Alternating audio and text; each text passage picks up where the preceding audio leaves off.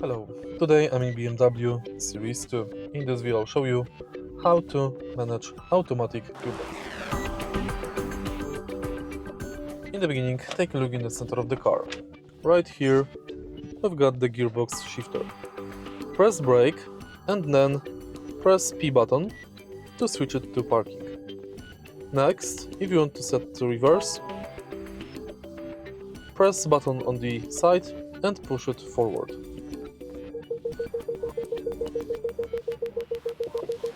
Push it downwards to select neutral. Push it downwards again to select drive. Push it left to use the gearbox manually. Once you are using the gearbox manually, you can manually switch the gears by pushing the gearbox downwards and upwards, or you can use the paddles behind the steering wheel. You can see the current mode right here behind the steering wheel.